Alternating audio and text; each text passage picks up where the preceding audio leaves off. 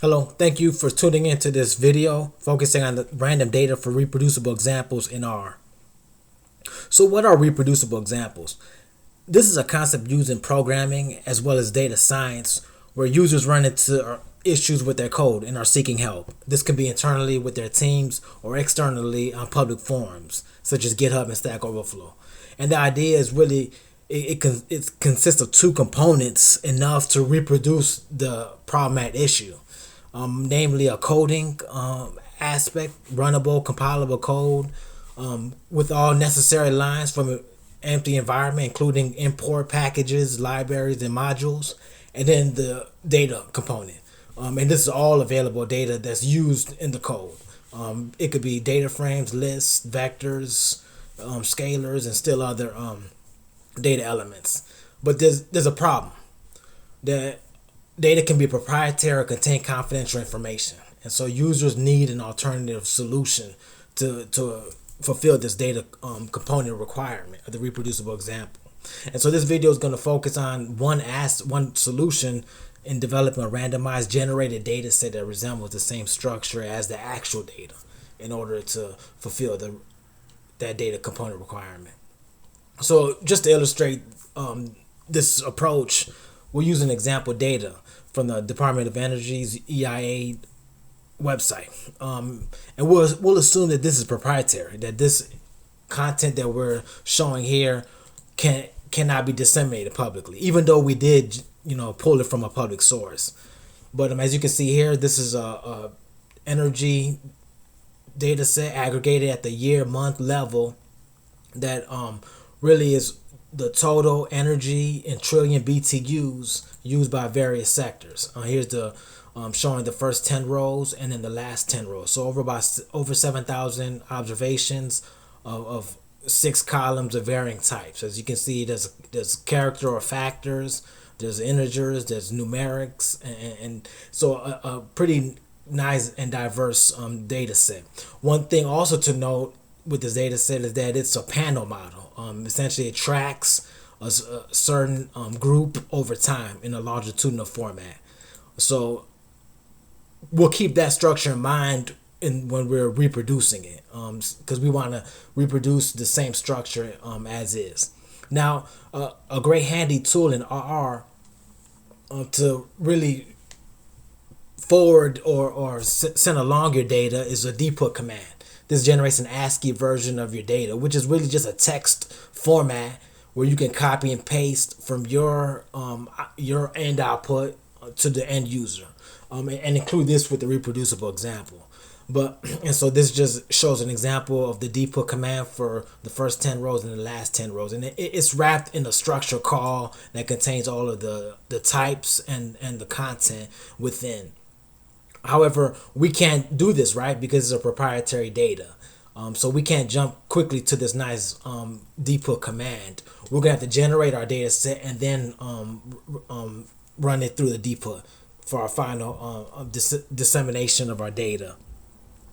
One quick route that some users go in getting around this proprietary data nature is to use a built-in data set with R. R comes with a package known as data sets, which has a lot of data sets for quick simulations and quick testing of certain parameters or specifications in code that we can tap into. And so if you run this data call, it'll output a list of all available data sets loaded in your environment, or then you can even focus on a specific package, here being the mass, where you can then pull various data sets. So here I'm pulling the air quality out of that data sets package and then road out of that mass package.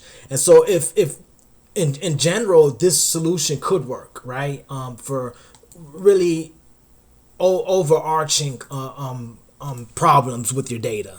So it's a nice quick alternative for general solutions, but sometimes you need more specific solutions that really focuses on your particular data set, both by structure and content. And so this may not serve for those more intricate applications. And so we'll need yet another alternative approach. And so here it comes in the randomized method. And the objective here is to recreate your data with the same structure and columns, rows as the original data set. First step you want to do with this approach is to assess your existing structure of your actual data. R has the structure call, str, where you run the data frame through and essentially outputs a nice, high level overview of your data.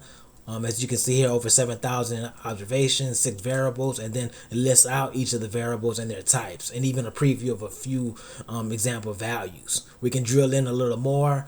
Let's see all the unique values of certain types, and we can see here it has about 11 types here, and actually each of these MSN values correspond to the description values. Essentially, that's the code.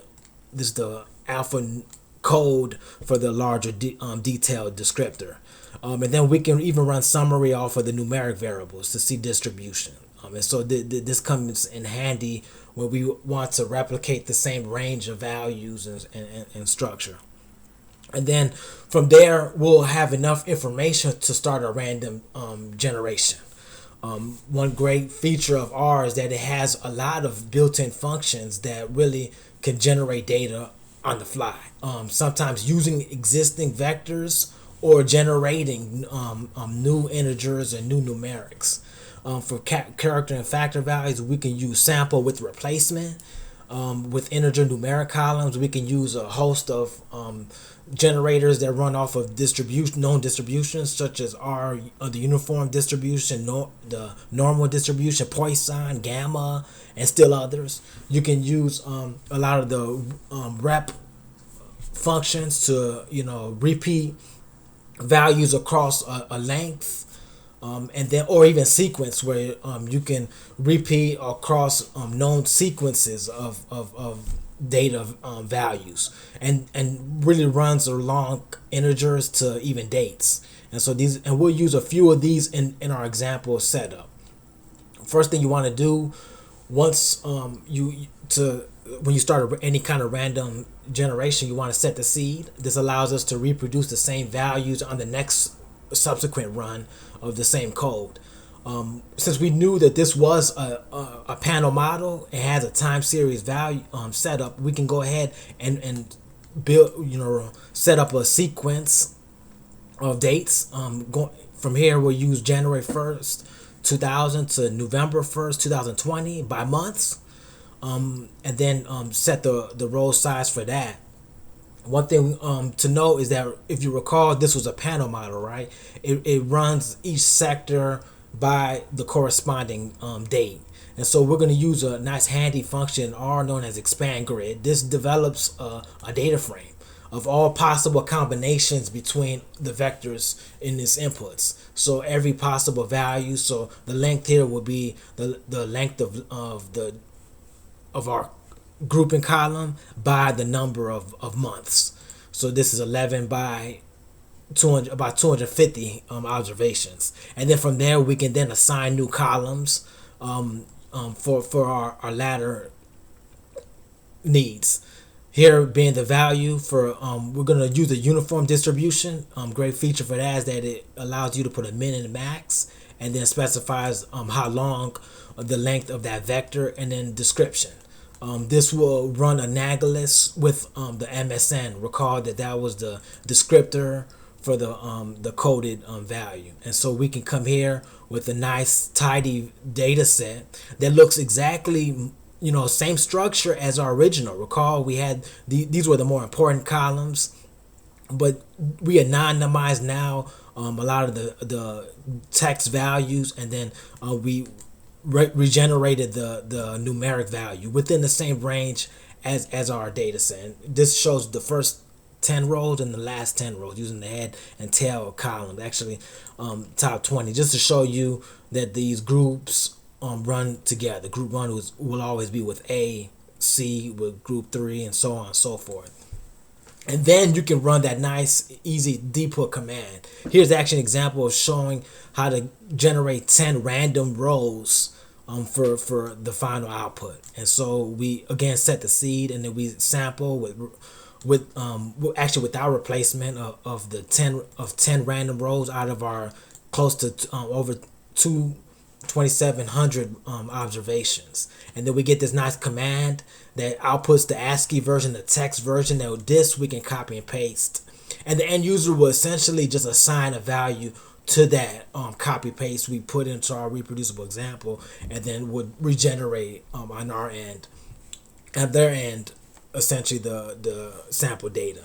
So overall, I hope I was able to really show how you can fulfill the data component of the reproducible example, by even though the challenge of the proprietary and confidential nature of the data, you can really work around that solution by building a randomized data set that really resembles the same structure in actual data. Then it should be able to run right through your code and help the end user really resolve and troubleshoot your issue. Thank you so much for your time.